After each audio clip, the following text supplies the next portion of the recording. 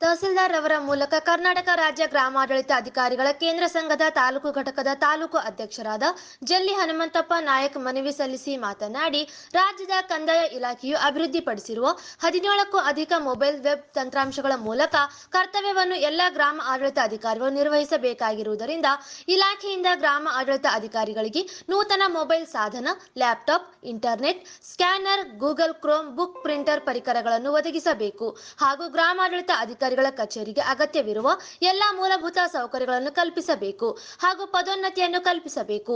3 ವರ್ಷಗಳ ಕಾಲ ಸೇವೆ ಸಲ್ಲಿಸಿದವರಿಗೆ ಅಂತರ್ ಜಿಲ್ಲಾ ವರ್ಗಾವಣೆಗಾಗಿ ಮಾರ್ಗಸೂಚಿಯನ್ನು ರೂಪಿಸಬೇಕು. ಆಯುಕ್ತಾಲಯದ ಅಡಿಯಲ್ಲಿ ರಾಜ್ಯ ಮಟ್ಟದ ಜ್ಯೇಷ್ಠತೆಯಲ್ಲಿ ಗ್ರಾಮಾಡಳಿತ ಅಧಿಕಾರಿಗಳ ಜ್ಯೇಷ್ಠತೆಯನ್ನು ಪರಿಗಣಿಸಬೇಕು. ಗ್ರಾಮ ಸಹಾಯಕರಿಗೆ ಸೇವಾ ಭದ್ರತೆಯನ್ನು ಒದಗಿಸಬೇಕು. ನಮ್ಮ ಬೇಡಿಕೆಗಳನ್ನು ಈಡೇರಿಸದೇ ಇದ್ದಲ್ಲಿ ಸೆಪ್ಟೆಂಬರ್ 29ರಿಂದ ಎಲ್ಲಾ ಬಗೆಯ ಸೇವೆಗಳನ್ನು ಸ್ಥಗಿತಗೊಳಿಸಿ ಮುಷ್ಕರ ನಡೆಸಲಾಗುವುದು ಎಂದು ತಿಳಿಸಿದರು.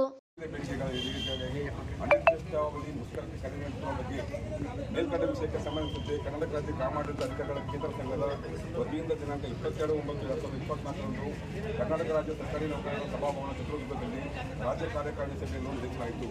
ಸದರಿ ಕಾರ್ಯಕಾರಿಣಿ ಸಭೆಯಲ್ಲಿ ರಾಜ್ಯದ 30 ಜಿಲ್ಲೆಗಳು, ಪದಾಧಿಕಾರಿಗಳು, ತಾಲೂಕು ಅಧ್ಯಕ್ಷರು ಹಾಗೂ ಸದಸ್ಯರು ಇರುತ್ತಿದ್ದು, ಈ ತಂತ್ರಾಂಶಗಳ ನಿರ್ವಹಣೆಗೆ ಅವಶ್ಯಕವಾಗಿರುವ ಮೊಬೈಲ್ ಸಾಧನ ಹಾಗೂ ಲ್ಯಾಪ್ಟಾಪ್ ಹಾಗೂ ಅದಕ್ಕೆ ಅವಶ್ಯಕವಾಗಿರುವ ಇಂಟರ್ನೆಟ್ ಹಾಗೂ ಸ್ಕ್ಯಾನರ್ಗಳನ್ನು ಒದಗಿಸದೆ ಕರ್ತವ್ಯ ನಿರ್ವಹಿಸಲು ಒತ್ತಡ ಇರುತ್ತಿರುವುದರಿಂದ ಕ್ಷೇತ್ರ ಮಟ್ಟದಲ್ಲಿ ಅಧಿಕ ಒತ್ತಡದೊಂದಿಗೆ ಗ್ರಾಮಾಡಳಿತ ಅಧಿಕಾರಿಗಳ ಸಾವು ನೋವುಗಳು ಆಗುತ್ತಿದ್ದು ನಿರಂತರವಾಗಿ ಮಾನನಂತೆ ಕಾರ್ಯ ನಡೆಯುತ್ತಿರುತ್ತದೆ. ಎಲ್ಲ ಮೊಬೈಲ್ ಆ್ಯಪ್ಗಳಲ್ಲಿ ಏಕಕಾಲದಲ್ಲಿ ಪ್ರಗತಿ ಸಾಧಿಸಲು ತೀವ್ರ ಒತ್ತಡ ಇರುತ್ತಿರುವುದರಿಂದ ಮಾನಸಿಕವಾಗಿ ಹಾಗೂ ದೈಹಿಕವಾಗಿ ವ್ಯತಿರಿಕ್ತ ಪರಿಣಾಮಗಳು.